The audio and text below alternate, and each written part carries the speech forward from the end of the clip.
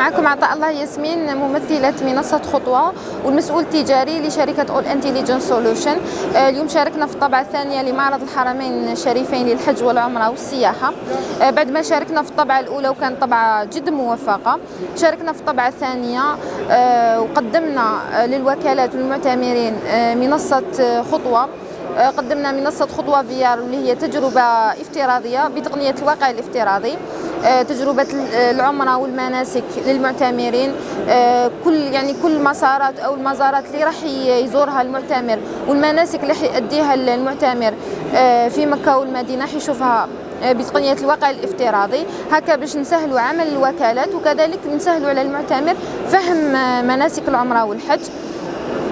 قدمنا كذلك سوار الأمان اللي هو سوار مخصص للمعتمر والحاج، يعني يخدم المعتمر ويخدم كذلك الوكالة في خاصية GPS تتبع الموقع الحالي لتفادي حالات الضياع اللي يعاني منها يعني ضيوف الرحمن بشكل كامل في مكة والمدينة بسبب الازدحام والضغط.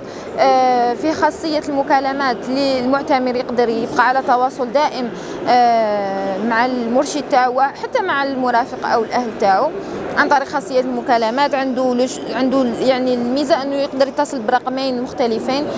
كذلك زر الطوارئ مخصص لحالات الطوارئ، يعني المعتمر إذا شاف حاله في حالة يعني حرجة أو أنه راح يضيع أو راح يتيه يضغط على زر SOS، هكا يرسل تنبيه للوكلاء أنه راه في حالة طوارئ.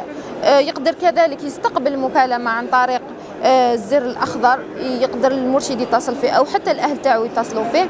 فيه خاصية مراقبة الحالة الصحية، يعني مخصصة لأصحاب الأمراض المزمنة أو حتى الأشخاص اللي يعانوا من مشاكل صحية باش نتفاداو الوعكات الصحية من خلال قياس ضغط الدم، درجة حرارة الجسم، يعني عدد ضربات القلب وحتى نسبة الأكسجين في الدم. كذلك خاصية تنبيهات الأندوية، تنبيهات السقوط اللي راح يكونوا يعني بشكل دوري.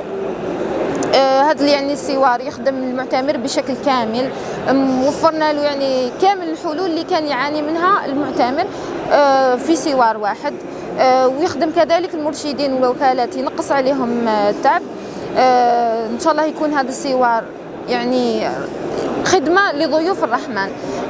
من خلال هذا المعرض، معرض الحرمين الشريفين للحج والعمرة والسياحة، دعمنا كذلك خطوة دعمت السياحة الداخلية من خلال تقنية الواقع الافتراضي. نروجوا للمناطق السياحية والأثرية حتى الثقافية الموجودة في الجزائر عن تقنية الواقع الافتراضي، يعني وطنيا وخارج الوطن كذلك، باش ندعموا السياحة الداخلية والاستثمار السياحي في الجزائر. هكا نجذبوا الخارج للجزائر باش ندعموا أكثر وأكثر الاستثمار في الجزائر في الجانب السياحي.